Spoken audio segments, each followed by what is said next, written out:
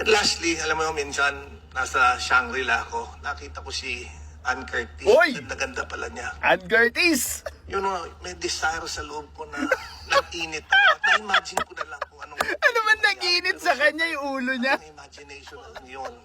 Pero, hindi naman siguro ako pwedeng kasuhan kung ano-ano yung na-imagine ko eh. Thought police! Thank you very much. Thought police! Again, uulitin ko, ito kasi yung problema. People nowadays do not know the value of words. Kaya they do not know ano yung pinoportray nila sa public. Ano yung pinoportray nila as their image. And I'll give a good example. Ano yung pwede nyong i-portray between these two people. Okay, this woman in the photo is Marie Curie. She's the first woman to win 2 Nobel Prize. Okay? And her field is chemistry. Now, this is Ann Curtis. Diba? Model, host. Diba? Ngayon, pag nakita mo ba, unang-una si Ann Curtis, gugustuhin mo bang makipagdiskusyon sa kanya about radioactivity, about physics, about chemistry? I don't think so. 'Di ba? Pag nakita mo ba si Ann Curtis, mapapasign of the cross ka ba? Of course no. Now, here is what Filipinos do not get sa pagpapaganda at pagpapasexy.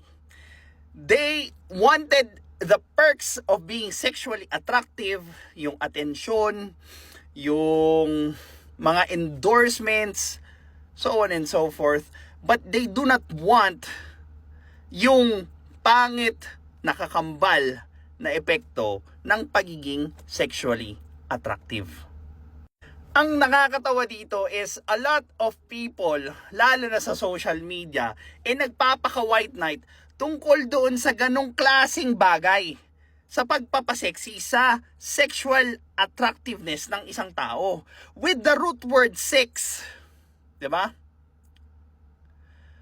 Hindi mo siya iisipan ng ibang bagay katulad sa sports, sa music, lalo na sa music. Diba? Or even science, na maging forte niya dahil hindi naman siya dun sumikat. Sumikat siya saan? Sa pagpapasexy. Sa kagandahan. And those are attributes linked saan? Sa sexual attractiveness ng isang tao. And now, na ginawa kang example as a source of desire ng mga tao, masasaktan kayo. Bakit? In the first place, yung ginagawa nyo is being, take note, sexually attractive. And what is there para ma-attract ka? Di sex. Whew! You are feigning innocence when it comes to the topic of sex para makapagpa-sexy kayo with all the perks of attention, money, mga naghahabol na lalaki, so on and so forth. Pero ayaw nyo pag yung adverse effect na yung darating sa inyo. Makaka-attract na kayo ng manyakis. Diba? Makaka-attract na kayo ng masamang tao. So on and so forth. Pwede ba yun? Diba? Pwede mo bang tanggalin yung mga pangit na epekto at kunin mo lang yung magandang epekto? Diba?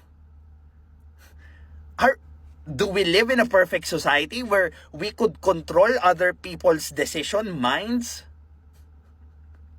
Tapos ngayon magpapabiktim kayo? Anong klase yan? This is Pinoy Extreme.